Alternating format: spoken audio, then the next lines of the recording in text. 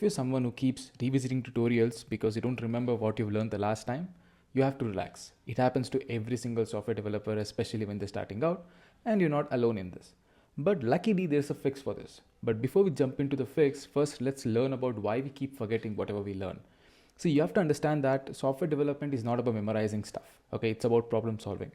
But in the beginning, what happens is that whenever you learn these syntaxes, these logic, these databases, APIs, Git, frameworks, all these stuff, right? It's just too much. Okay. And then in the beginning, you don't actively remember them, right? You don't actively use it. So what happens is your brain will just mark them as not important and you'll just forget it.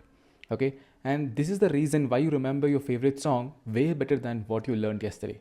Alright, once you feel like you've forgotten everything that you've learned, one of the biggest mistake you can make as a beginner is going back to the same or new tutorial again. Watching tutorial might make you feel productive, but unless you write the code without looking, you are not learning it.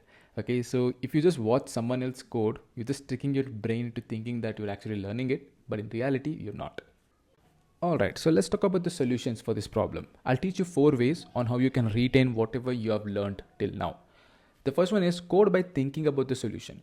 See, whenever you're given a problem, right, the goal should be about how you can solve the problem and not about how many lines of code you're gonna write as a beginner. Okay, to do that, you need to understand the problem and try to use your existing knowledge to derive a solution. Example, let's say you need to build a form in React. If you break it down logically, you need HTML, you need CSS, and you need JavaScript for handling submissions. But if you just Google how to build React forms, you'll get a lot of option which is not yet suitable for you. And all of a sudden you're confused and you're overwhelmed. So that is the reason before searching for a solution, think about how would you solve it with whatever you'll know. You learn faster and retain more knowledge if you follow this way. Alright, on to the second one, read and understand errors. See, your biggest growth happens when you stop running away from error messages. Most beginners, what they do is they copy the error, throw it to Google and ChatGPT, and paste the code that they get without even understanding what is actually going on. Okay, do not be that person. See, errors are literally like your teacher. They explain what went wrong, okay, and they let you debug it, okay, understand many minute concepts which you might not find anywhere in your tutorials. Okay, and developers who actually understand their errors are the one who will level up to senior roles. All right, example, let's take this. Cannot read property of undefined, reading map. Okay, so seems like there's a reference here which is turns out to be undefined. It can be an API call that is returning null or undefined. It can be some kind of object which is returning undefined. It can be any of these things. So this mindset shift will force you to truly understand your code, and trust me, once you master debugging, you are no longer a beginner. Okay.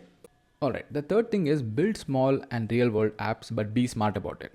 See, when you build things, your brain is forced to recall hundreds of concepts you've learned. This helps with memory retention and problem solving and decision making skills as well. Let's say you start with smaller apps like Task Manager, a weather app, or a script that automates some boring task, something like that. See, here's a real advice. Do not put these type of projects in your resume. Okay, these are learning projects and not job winning projects. Okay, so once you're done with these learning projects, move towards complex projects like e-commerce, games, or finance dashboards or something like this. Okay, which requires real architecture thinking and decision making. Alright, the last thing is save and teach whatever you know.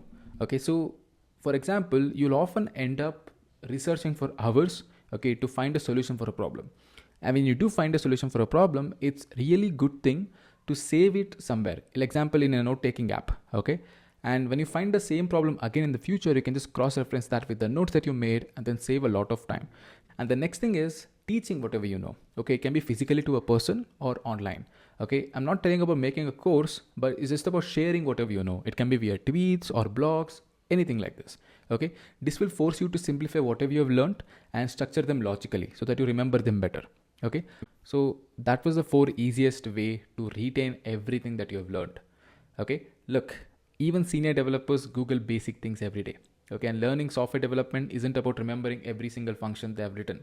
Okay, it's all about knowing how to find solutions quickly. And next time, if you feel like you've forgotten everything, don't stress about it. It's part of the process. Okay, the more you practice and struggle, the stronger your skills become. So keep building things, keep breaking things, and one day it'll just click. All right. So let us know in the comments, what's that one coding concept that you keep forgetting? Okay, and we'll help you to tackle it.